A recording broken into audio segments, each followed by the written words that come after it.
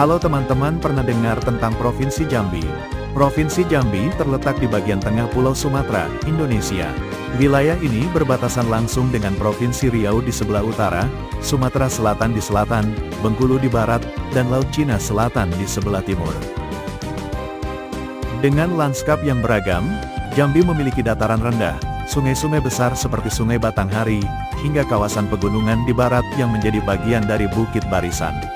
Kondisi geografis ini menjadikan Jambi kaya akan sumber daya alam, hutan hujan tropis, dan lahan pertanian subur, tempat masyarakatnya menggantungkan hidup dari bercocok tanam, terutama padi. Jambi bukan hanya kaya akan alamnya, tapi juga akan keberagaman budayanya. Di provinsi ini, hidup berbagai suku dan kelompok etnis seperti suku Melayu Jambi, Kerinci, Batin, dan orang Rimba, yang masing-masing memiliki adat, bahasa, dan tradisi yang unik. Disinilah, tradisi-tradisi adat seperti Kumau tumbuh dan berkembang, seiring dengan kehidupan masyarakat yang selalu selaras dengan alam.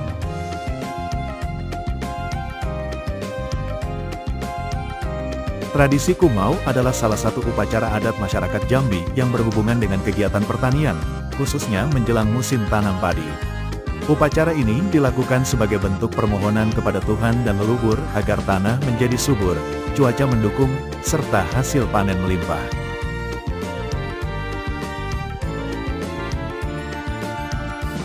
Tradisi ini berkembang sejak zaman nenek moyang sebagai respons terhadap ketergantungan masyarakat pada alam, terutama dalam hal pertanian.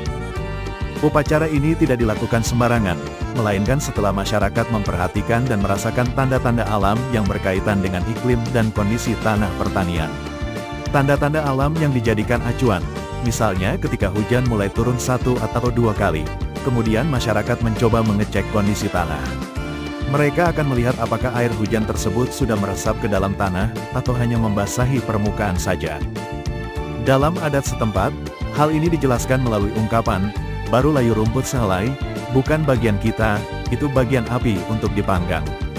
Ungkapan ini mengandung makna bahwa jika hujan baru turun 1 atau 2 kali, maka belum waktunya untuk turun ke sawah.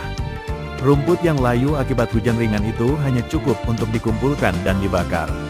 Artinya, pekerjaan yang bisa dilakukan saat itu hanyalah membersihkan dan membakar rumput kering, bukan mengolah tanah.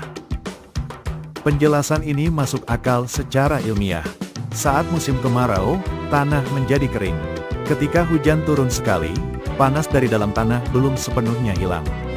Jika matahari menyinari tanah basah tersebut kembali, maka terjadi penguapan yang tinggi, dan uap panas inilah yang bisa menyebabkan rumput mati atau layu.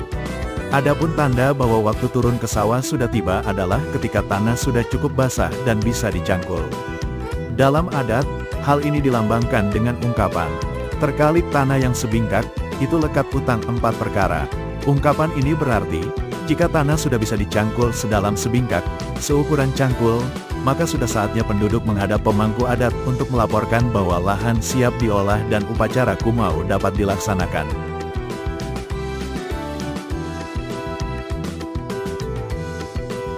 Ada beberapa tujuan dari upacara Kumau. Yang pertama, memohon kesuburan tanah adalah untuk meminta kepada kekuatan gaib, leluhur, atau Tuhan agar tanah tempat mereka bercocok tanam diberkahi dengan kesuburan. Dengan tanah yang subur, tanaman yang ditanam akan tumbuh dengan baik, hasil panen melimpah, dan kehidupan masyarakat menjadi lebih sejahtera. Upacara ini biasanya dilakukan dengan harapan agar tanah tidak tandus, terhindar dari bencana alam, dan selalu memberikan rejeki yang cukup bagi para petani dan komunitasnya. Jadi, intinya upacara Kumau adalah bentuk rasa syukur sekaligus permohonan agar alam dan tanah tetap mendukung kelangsungan hidup manusia melalui hasil pertanian. Yang kedua ada, menolak bala dan gangguan roh jahat. Dalam upacara Kumau adalah untuk melindungi masyarakat dan lingkungan sekitar dari pengaruh buruk yang bisa menyebabkan kesialan, penyakit, atau bencana. Dalam kepercayaan tradisional, roh jahat atau kekuatan negatif dianggap bisa mengganggu kehidupan manusia, seperti membuat panen gagal, membuat orang sakit, atau membawa malapetaka. Melalui upacara Kumau, masyarakat berharap agar roh-roh jahat tersebut diusir atau dijauhkan, sehingga kehidupan bisa berjalan dengan aman, damai, dan sejahtera.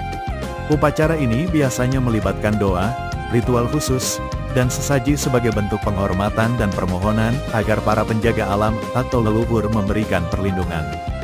Yang ketiga, menjaga keseimbangan antara manusia, alam, dan roh leluhur dalam upacara Kumaul mencerminkan keyakinan bahwa kehidupan manusia tidak bisa dipisahkan dari alam dan dunia spiritual.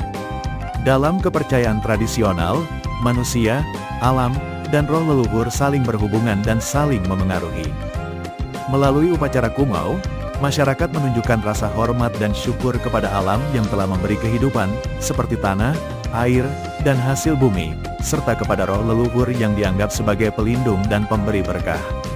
Dengan melaksanakan upacara ini secara rutin dan penuh penghormatan, masyarakat berusaha menjaga harmoni agar tidak terjadi ketidakseimbangan yang bisa menyebabkan bencana, gagal panen, atau konflik. Ada beberapa tahapan pelaksanaan upacara Kumaul.